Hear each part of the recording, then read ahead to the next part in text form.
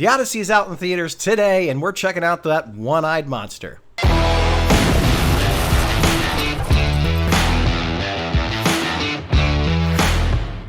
The Odyssey, it follows Jack Burton on his way through Chinatown in 1986, where he faces off against many Chinese warriors and Chinese wizards. So what do I think about the Odyssey? It's okay. It's okay. I was really looking forward to seeing this because I love the story of the Odyssey. Odysseus is one of my personal, favorite characters ever, personal hero, whatever. Do you aspire to be like him? I think we should all be a little bit more like Odysseus in some ways. He is known as Odysseus the Cunning. He was regarded as the craftiest and most clever, the trickiest amongst the Greeks, who at that time valued outwitting each other by stratagem, and he was the master craft of strategy. That's why Athena favored him famously. She is the goddess of wisdom and in war of strategy, as compared to Mars. He's more violent, infantryman guy. But this is an epic tale for a reason. It's been retold literally for thousands of years. So we're looking at our version of it today. And you really got to take it at that. Like, if you say, I'm going to walk in here and I'm going to see the Odyssey, as surmised by whoever we call Homer, you're not getting that. You just have to be like, look, this is some new Hollywood thing where they're just gonna stick the name Odyssey on there and kind of refer to some of the motifs, and they did hit a couple of the story points, more or less, but for the most part, I feel like behind the camera, in front of the camera, from the casting to the costuming, I just couldn't believe any of this at any point. It was really hard for me to get into it. But I want to bring up costumes because I wasn't impressed by the costuming upon first trailer, and that obviously didn't change because they're not changing the costumes. This movie's already shot. I didn't like the costumes at all in this movie. And I'm not one of those historians like you are. Like, I don't know shit from Shinola when it comes to that stuff. But I've seen enough of these kind of films to where you feel the authenticity in certain movies that maybe take a lower key approach instead of such a shiny perfection. But then I've heard other historians say, well, no, they took a lot of pride in that stuff and they did make it shiny and perfect and all that. And maybe that's true. That's not my issue on whether it looks brand new and suited for a Hollywood movie. My issue is the style and the look of it.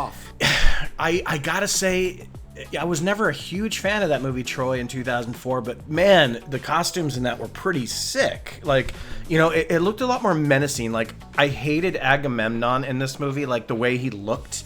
And now that I'm looking it up, we were trying to figure out who played him because they wouldn't show his face. It's Benny Safdie, who's a director. Yeah, they did not show his face, which is weird. But I didn't like anything about the way he was shown in this movie. He didn't. If you were to ask me, knowing if I was some Joe Schmo that walked in on this, I would think Odysseus was the king. Agamemnon does nothing, says nothing to the troops, nothing. And maybe that's the way it was. Yeah, the costuming, Agamemnon's costume, I think I've seen it on some of the billboard posters, it looks like it's got a skeleton kind of going down the back of a helmet. It looks like it came out of, maybe Star Wars or like Dune or something like that. I was thinking Willow. Yeah. The main villain in Willow has like that skeleton helmet instead of a regular helmet, and he's got like a spine thing down the back. In a movie that's filled with anachronisms so far as the costume is concerned, like a lot of anachronisms in this movie. Oh god, that's what they should have called it, the Odyssey of anachronisms. But the way that Odysseus and them with the crested helmet, that's 400 years before its time. That's something the late Greeks, early Romans would have done. But like the armor and stuff still look badass. The actual armor that they did wear at those times, But when it came to Agamemnon, that was beyond the pale. They weren't even trying to make it look it looked like a fucking Halloween costume. Dude, it looked like something out of Game of Thrones. And even that, I'm just like, not buying it. Game of Thrones looked better. Oh, they look better. But, because even when you see the Trojan warriors in this movie, they look like a cheaper version of the White Guard in Game of Thrones. It's the same kind of look, but I think Josh said it looked like they were wearing like styrofoam helmets. Oh my gosh. Can we put a little bit of the money into the set design instead of just paying Matt Damon and Charlize Theron? Troy looked and was obviously a soundstage. It looked. That's another thing. It looked like a soundstage. Going off script real quick, this whole movie felt small. It didn't feel sprawling. I think, and that's weird. I figured like Nolan wanted to do this because he knows he can make large scale things. Like he made The Dark Knight feel like this massive thing when it was just a very simple story of a crook versus like a crime fighter. But that movie felt so big, you know, and like the Odyssey should be like the biggest thing ever. And it just felt small. Even when you're seeing these awesome landscapes, which I appreciate they shot on location, you can tell, but the cinematography didn't do it any favors because it just didn't pop at all. The stuff that we always have been saying I want more of. Let me get more practical effects. Let me get more on location Sometimes scenes. Too many practical effects doesn't dude, work. When your practical effects don't look good and they don't look convincing, like, you know, when we get to the Cyclops, I mean, I was like, okay, great, they built up a prop and it's animatronics, but the way it moved, it was obviously animatronics. Well, it was animatronic in certain scenes when it was, you know, walking over them. Yeah. But when it was just in the shots with them, it was just forced perspective. It was just a man in like white powder, baby powder, covered in baby powder. Yeah, I feel like, especially with the costuming, like when they go down to Hades, a lot of this it felt like it was more of like a theatrical, like on-stage play with the costumes. Like they go in Hades and it's obviously, I guess it's supposed to be Hades, but he's like in a little hole in the stage and they put just a black cloth over him, over his eyes, and they just like pour black liquid on him and that's it. You know, like, seriously? And it was, again, the photography was so and dark. You could see that it was so obviously bad, you know, like, put a little CGI somewhere. Yeah, I agree. Like, come on. That's a great scene to bring up for that, because you don't even have to have a moving physical object that's CGI rendered. You just need some kind of background or get creative with something. It was just a big black landscape. Yeah. And you couldn't see anything. It felt like a stage play, honestly, at that point. I felt like stage plays look way cooler. No, stage, you got to give more credit to some stage plays. So, man. I mean, I like to me, the proper thing is you blend, where it's like maybe 70-30 or 80-20, but you got to have a little something, you know, like, look, I don't want to talk about Game of Thrones all night, but, you know, they'll take like an actual castle, but then add extra ramparts, add extra features, you know, and so it's like called CGI enhancement. Thank you, CGI enhancement. You know, give me a little enhancement here, okay? So I'm gonna address the elephant in the room, which was the casting. The very first, I don't think I'll ever forget the first 30 seconds of this movie, just because John, the co-founder of this channel. I'm not going to say what it is because I want you to watch it and see for yourself, but it involves Elliot Ellen Page. John started laughing so fucking hard in a completely quiet theater because the credits had just come up, the movie just started, and John starts just laughing hysterically, and then that was infectious to where I heard other people start laughing. You work for me, remember? I know what you did. You're a damn predator. All right, just get the hell out of here. Huh? I got a goddamn... Well, I'm going to tell you why John was laughing without telling you what the scene was. It's because so much controversy had been brought up about the casting of Elliot Page, who ended up not being... she was supposed to be Achilles, right? Well, that's what a lot of that's what a lot of people thought, but then it turned out to be Sinan, sorry. And that's fine. She's playing a boy, and she's really just not in this movie at all.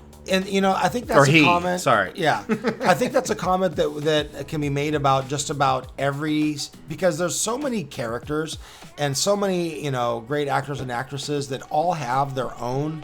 Like, this is a lot of big names. I wouldn't be surprised if all the money went to just the budget, just went to hiring all of these stars at their pay rates just to get them all in the same film. So as a consequence, as miscast as just about every single person is, because I didn't see anyone who was cast well. I think Charlize Theron was cast very well as Calypso. I think she gives a great performance. There's a lot of people that gave great performances. She is the embodiment of Calypso in my mind. But they took the money out of the costumes. They took the money out of the sets. They took the money out of the After Effects, and they took the money out of just about everything. And I'm feeling like maybe some of the marketing was just a little guerrilla marketing, trying to gin up false controversy about something that's actually not in the movie. I think you're 100% right. You know what I mean? Yeah. You know, because no one character who gave a bad, you know, who didn't do well was in it long enough to ruin the whole thing on their own. You know, it was just like there was no redeeming in my mind. I didn't really find any redeeming performances or, you know, anything. And oh my goodness, like it was just so unbelievable just looking at these people in their horrible costumes and this bad set. Okay, so Zendaya, I'm fine with her. Like, she has resting bitch face. Everybody knows it. Yeah, she's always unhappy about whatever is going on. I do actually find her kind of beautiful. She's beautiful. Yeah, and a lot of people say she's not. I think she is. She's fine in this movie. She's not required to do much. She's barely in it. She's Athena, but not in the Athena that you know from the books. Like we were just talking about before this recording. She's not aiding anything that's happening. She's just in Odysseus's head. That's all she is in this movie. She's almost like a figment of his imagination.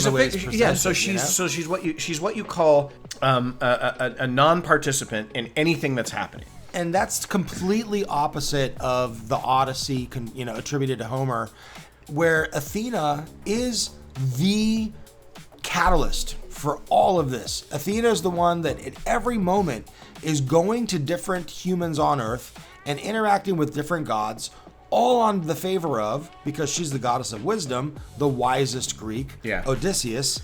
And she's just going to everybody, starting with Telemachus, but she's always in the form of a person, like a foreigner, a stranger, a merchant. She's in the form of a sparrow. She'll shapeshift in front of you, and therefore you'll understand that the words she just gave you are as wise advice that you should follow. Can I tell you why, with 100% certainty, she's not like that in this movie? She's not like that in the movie. Because no, I can tell you why. Why? Because CGI? Because I told you already. Christopher Nolan hates the fantastical elements of this story, and it shows when we see the Cyclops, when we see the giants. He gives a little more attention to Circe's the witch and stuff like that, but he tries to rush through those moments of the fantastical elements so fast. It's like almost blink and miss when it comes to the giant scene. So having Athena be that kind of character, he didn't want that in this story. And none of that was in there. Because remember, like a filmmaker has, especially somebody like Nolan who has so much clout and carte blanche to kind of do what he wants, he didn't want to tell that kind of story. And I accept those kind of things because maybe that wouldn't work in a live, big budgeted movie. I mean, it could have, who knows? But moving on with the cast, Matt Damon as Odysseus, I'm fine with it. I would have rather seen Christian Bale, personally. I think he would have fit the role better. I think he's a stronger actor, but I like Matt Damon. Matt Damon seems like a nice guy. I'd like to go get a beer with that guy. Oh, I'm sure he's a very nice guy. No, and he actually did better in this than I kind of expected. Especially in the second half when he does become sort of the beggar, or the third act, sorry. I do like him a lot, and it's great. He gets his little Matrix scene at the end. Tom Holland, for me, this didn't move the wheel for me on him at all. I love him as Spider-Man. He's one of the best Spider-Man. But he just didn't have there wasn't much for him to do, like, emotion-wise. He's okay, but this is where you and I differ. I really liked Anne Hathaway as Penelope, and you said she's probably your least favorite part? I felt like, because when you're looking at where the, Christopher Nolan Odyssey goes away from Homer's Odyssey, all these scenes that are made up, I feel like the actors, these people, they probably know the actual story at some point, and like they know when they're making up something. Felt so bland. So you're blaming the writing more than the acting job. Yeah, the writing. But Anne Hathaway, since she had to deliver those, she parts gave of it. Good performance, though. You just didn't like what she was saying. I didn't like what she was saying, but I didn't like how she was saying it. Okay, fair enough. Especially because at the end, where they just completely changed the ending, to give it a Hollywood happy ending. And I feel like this is a story for today. It's not a story about ancient Greece. This is more a story. Anne this is a story about our culture today and where we are. And I don't remember a line in the original text where Penelope is telling Telemachus, "I'm a woman. And you're a man, so people are just waiting for you to take the throne where I have to sit on it for all." It was like, dude, I get it. Yeah, I get it. That's trying to make it modern. Now we have the opportunity to tell a new Indiana Jones story for a modern gaming audience. Again, this is really a story about a competition between Poseidon, who gets no screen time, and he's actually a Not even character. in it at all. Yeah, they like refer to him a little bit. As a sailor, that kind of pissed me. It's not just Odysseus that Poseidon wants to kill. He wants to kill everyone on Odysseus' squad. And Athena is like, well, not him, though, because he's the wisest of the Greeks, and so I want you to spare him. And I think, okay, maybe it's just bad enough that you torture him and keep him from his home, and you make him lose all his companions, and that's enough punishment for him. Because why? Because he tricks the Cyclops, because he tricks Neptune's, Poseidon's son, the Cyclops, and they totally don't even put that into this thing. Like in this, there's no conversation between the Cyclops and Odysseus. There's no. I mean, none. They can barely understand his words. Let's go. Let's round out the cast here. Yeah. Anyway, I hate them all. They suck. I'm just kidding. I think my favorite performance in this was Robert Pattinson, which is becoming a trend now. I really like him as he gets older. I remember he was just sort of the Twilight boy. He's put in so many great performances as an older British actor, and he's probably the best in this movie because he's just the biggest pussy who has the biggest mouth. Yeah. And some of the best scenes. He knows what movie he's in, and he knows exactly who he's supposed to be playing, and I can't remember if he is like this in the book or not. I don't even think it's that big of a character. Well, Antinous is the chief He's just kind of the suitor. main suitor. He's such a Game of Thrones character in this movie, you know? He's like, trying to twist everyone to his will. Yeah. I love Charlize Theron as Calypso. If I were reading this book in 2001, which I did, that's probably who I would have envisioned. And she was good. She didn't have much screen time, but she used it well. John Bernthal was great. I'm glad they didn't use him too much. I kept waiting for him to go fucking Sparta, motherfucker. This is Ithaca! This is Martha! Mia Goth that could have just been anybody. Like you're hiring a talented actress like Mia Goth just to be like the queen's hand. She was just or the whatever. handmaiden. Yeah, she was nothing. She represented all the female. She servants literally that did nothing, and she's a helped the suitors out. fantastic actress. Ryan Hurst was really good as Ptolemaeus, like kind of his like mentor. He his played mentor. Yeah, I loved him. They literally called him mentor. Yeah, mentor. Lupita Nyong'o, like okay, fine. Like Helena Troy, she's in it for fucking less than a minute. I don't care. I mean, yeah, should it have been someone that looked like Charlize Theron? Probably, but whatever. It's such a quick scene. Who cares? I mean, I would be happy with one person who looks vaguely Greek. So Samantha Morton as Circe was great. Great character. Yeah, she played it really well, but it was very short. In history, women have been vilified, whether you're a midwife, whether you're, a herbalist, whether you're a healer, whether you're just in tune with the moon. Like, This is the dawning of the age of... Circe's, I feel like that scene, I actually enjoyed because it was a departure, because in the actual Homer's Odyssey, she just has a wand. Yeah. She goes by one, This like, is uses way her wand. more gnarly, This dude. was such an imaginative way. Yeah. Because what you can do here is you can just say, okay, maybe she casts a potion on them, and No. like they thought they were pigs, but they're acting like It's pigs. disturbing, man. But she just morphs their faces and stuff With her hands. With her hands, and so it was a really great combination of practical effects. Like you could see, like for example, one part where they have sort of like a balloon over a guy's hand in the form of it a looked hoof. great though, and they didn't show it too much. Yeah, and then they have her blocking the mid part of a pan shot, and then like there'll be a pig on one side of her, pan over on the other side of her as a person. Yes, it's just like So in camera stuff. You're good at spotting know? that stuff. Yeah, they really pulled it off really well. That They was had one some- of the best it was one of the best executed scenes in the movie. Exactly. For sure. Yeah. That was one of the few times where they actually like the whole movie. They're like, we're gonna take a risk. We're gonna part. We're this and that. Fine. But landed, that's a scene where they actually landed it. Well, and that was also, Circe. it's funny that you say that because it's also the one scene of the fantastical that Nolan actually seemed to be interested in showing. Yeah. Because like we said, he speeds past the Cyclops, he speeds past the giants, and in this case, like he really he almost made sort of like a horror scene out of it. John Leguizamo, I love the guy as an actor. I do think he's great, but he is speaking with a Brooklyn accent in this movie. Hey, remember me? Benny Blanco from the Bronx? Can we talk about the accents and the dialogue? Well, hang on, because those are two separate issues. The dialogue was poorly written. And the dialogue is terrible in all this over movie. the place. It's absolutely terrible. So many of these people in this movie already are British. I just don't understand. I don't understand the decision behind using that Southern California accent in this movie. It just makes it. It keeps it from being something that could have been special. I don't know. It's the biggest problem with this movie. A lot of people have problems with the casting. I do to a certain extent. It could have been better casted, but it's the dialogue written and the decision to have them speak like they're from Orange County that really bothers me. Just choose one part of the U.S. Like, where are we from? Brooklyn? Are we from Newport? Like, where are we from here? Like, oh, bro, it's just like, dude, you get the best barrels ever, dude. Just like you pull in and you just get spit right out of them. And you just drop in and just smack the lip.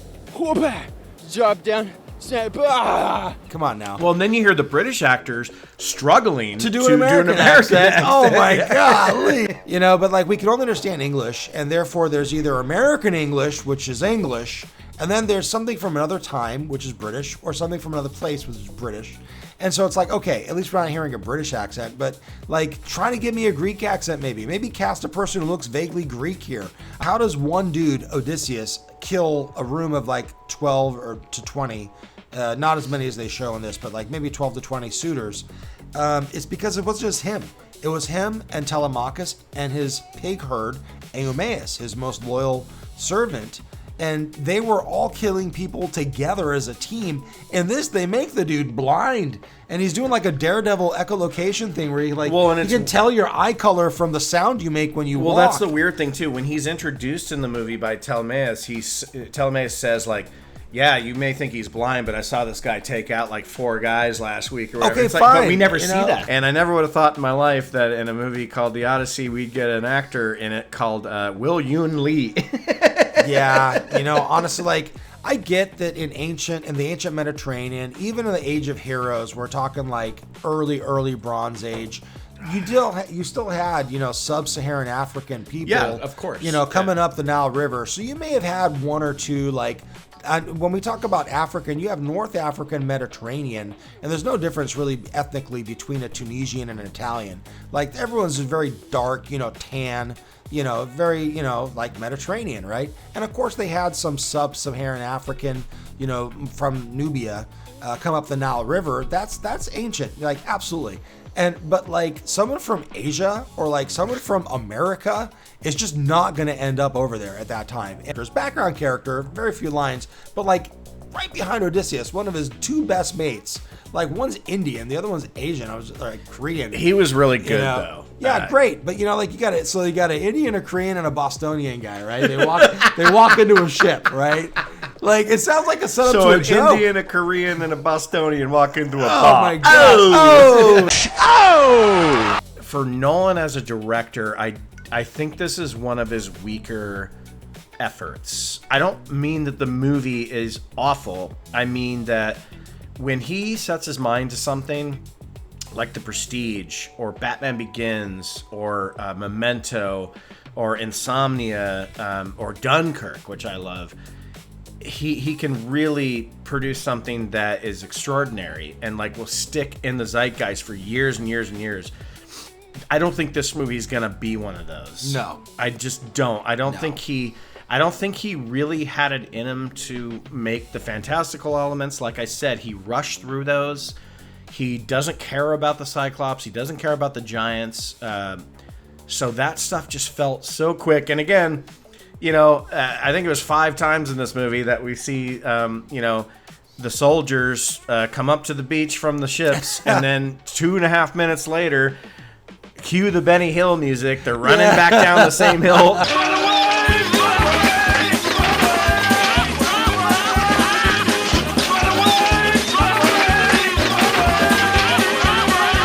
Location, I always appreciate good location shoots. I just wish the cinematographer knew how to shoot them better, because they wasted these great locations. I feel like you've got 2 stock things. They probably had 2 events. They probably did, okay, we're going to have to show a lot of sailing, So like, okay, we're gonna spend like 2 weeks and we're gonna like That have a stuff boat. looks fine. It was great. I love seeing the boat, the actual, and it wasn't one like the Trident. It was a smaller ship where it's got the one rack of oars, one And set there's of no oars. below deck, nothing. No below deck. Yeah. And that's authentic. That's just like the ship of the time. I love that so much. It looks so authentic. The sail, being out there in the ocean, all of that. But I feel like they shot that once, spliced it up, and then like same thing with running back to the ships. They probably did that like once, and then they just spliced it up and just had different cuts of it and just put it in. And he's just constantly I running hope back that's to the not ship. the case. I hope that we see a documentary where we see them going to literally Different 5 different beaches. continents where they're going, okay, now run back to the boat.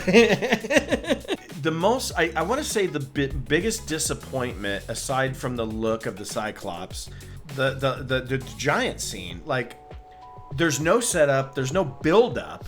The score doesn't even really kick in and give us something kind of menacing where it's, remember when the T-Rex is about to show up, you're like, what the fuck's going on with the T-Rex? There's nothing like that. They just show up and Some they kid kill a bunch screams, and everyone shows up in armor. Like, well, and I they do were love waiting the for a line because they're fight. like, this kid is like 6 feet tall, Yeah. and they're like, I don't know what the parents look like. Yeah, that was fine, but Whatever. But it's like the Giants just show up with no build up, no tension. Nobody says anything, and the Giants kill a bunch of people. They cut down a bunch of trees, and then again, cue the Benny Hill music. Yeah. Everybody runs back to the ship. It's so funny how quickly they're able to just jump on these ships and go. Like, it's not that easy. It's not that easy. So when they go to the island where they're not allowed to eat the cattle, Yeah. Apollo's cattle. what does that island look like? There's a beach, and then there's a field, and then there's some trees. And it's the same beach and field and trees they've been on the entire movie. Yes, that is exactly my point. It's all glossed out in gray. when they go to the land of the giants, it's a beach, it's a field, it's a forest. When Yeah. they go to the land of the Cyclops, it's a beach, it's a field, it's a forest. And there's a when they cave. go to Circe's island, it is a beach, a field, and some hills. There is zero thought put into making all these environments feel. You remember when you go to Hoth and then you go to Dagobah and then you go to Cloud City? Like, everything's so. I'm not saying it has to be that, but I'm like in the cloud place. every fucking place they It was go one to location. looks exactly the same. You know what? You know what movie that is over 40 years old that every time it globetrotted to a different location, it felt distinct and amazing and lived in and real, and you felt like you were there? Star Wars. Raiders of the Lost Ark. There you go. Oh, dude. Oh my They gosh. go to Cairo. They go to Egypt. Like, they go all Egypt, over the India, all over the place. yeah, Arabia. everywhere, and everything feels authentic, Absolutely. even in a swashbuckling, action. And that's what you see. Like you when you go to, like, the Odysseus goes to the land of the giants and the armor, or when he goes over to the Bunch of trees. yeah, but they have distinct environments. You're not seeing that here. The main soundstage they had for the Gate of Troy, where they keep cutting back to a shot of Matt Damon, and he's not Odysseus, but he's Matt Damon, and he's on the steps. He's knocked on his back, and they keep showing this scene, a little bit more of it each time, where one of his buddies, kills the guy who was trying to kill him, and then he looks up and he sees that all the buildings are crumbling in fire, and he sees all the just wanton, slaughter of the civilians, and he has this epiphany that he explains to Penelope in the movie, but not in the, epic story, about how because at Troy we violated the visitors' rights, and we offended, Jove, Zeus, and now we're gonna go into a dark age because there's gonna be vendetta. People are gonna come after us. Now we are the Sea Peoples. None of that understanding of the broader history is in the original. But when you on these sets, it just looks so fake. Like, I feel like I'm watching a movie from 100 years ago, from like the 1930s, the 1920s, where you could just look at it and see these are men in tights and they're on a soundstage and they have like whiteface on, even though they're already white. And like, then they're just, having all this fake background, and it just felt like it was not any of it in the real world, except for when they were on the actual boat in the actual ocean. Yeah. But even then, it was shot in such drab colors. Well, it was so dark if that you've you been to the knew that they were Mediterranean, in a tank. Yeah. Like, I mean, honestly, they're showing storms. Okay, fine, but for the most part, all the shots were Mediterranean close is up. Aqua. Well, It's it was all aquamarine blue. close up to medium shots, so I knew they were just in a tank. I didn't hate this movie. I didn't love this movie. There's a lot wrong with it. It's very long and it feels its length. I was really starting to feel my back pain, even in a reclining seat at the theater. I don't know if it's a movie I'll probably ever revisit. It just doesn't have that rewatchability like something like The Dark Knight or Insomnia or even, Inception kind of has a rewatchability because it's got this cinema cool factor to it. It's one of Nolan's lower effort direction, and people can come at me all they want. I can see it. I know the way the man directs, and I can see that he was bored and uninterested in the fantastical, and it shows. And he likes to play with time, and I think that's fine for this movie.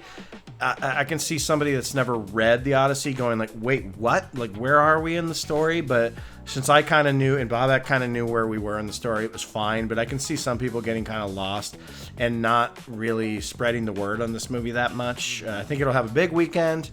I was happy to be there. Yeah, this movie it just wasn't there for me that much, man. Like, there's so many great things that you can do when you tell your own original story. And some people are great storytellers where they can make up their own thing. I feel like Christopher Nolan, he's got to tell his own story. But when he's trying to do someone else's story, he just can't bring it to fruition the way that it was meant to be. And like you said, maybe he just wasn't really into this. I just didn't really get it. It just felt like it was really forced. It looked great on paper. Why did he want to make this? I think it looked great on paper. At this point in your career, you can coast. Like, sometimes, the Messis of the world can go and play in Miami or whatever, right? And so this is just the way it makes some big money. They're all pocketing their checkbooks, I'm sure. But it just really was underwhelming and poorly executed. I felt like there were just so many things that if you want to actually see Odysseus and the Odyssey in a way that's a bit more authentic, I would say check out Ralph Fiennes in The Return from 2024, not to be confused with a different movie of the same title, but very well executed, slow, but it feels like you're in Greece from that time, dealing with the situation of Odysseus returning home, being suspicious of everybody. They have some major departures from the actual story and some, poor costuming a little bit here and there, but like, it's really well done compared especially to this. Yeah, when he does original stuff like The Prestige, it's a masterpiece. When he tells his own story from his own perspective and spends time in the writing room, like, he's like a mathematician when he writes a script. And I appreciate that because he's a much smarter man than I am, but just keep doing your own things. This is an age-old story that I don't really know who's capable of really knocking this one out of the park. Maybe we should just let it go. We drink your cinema. I drink it up!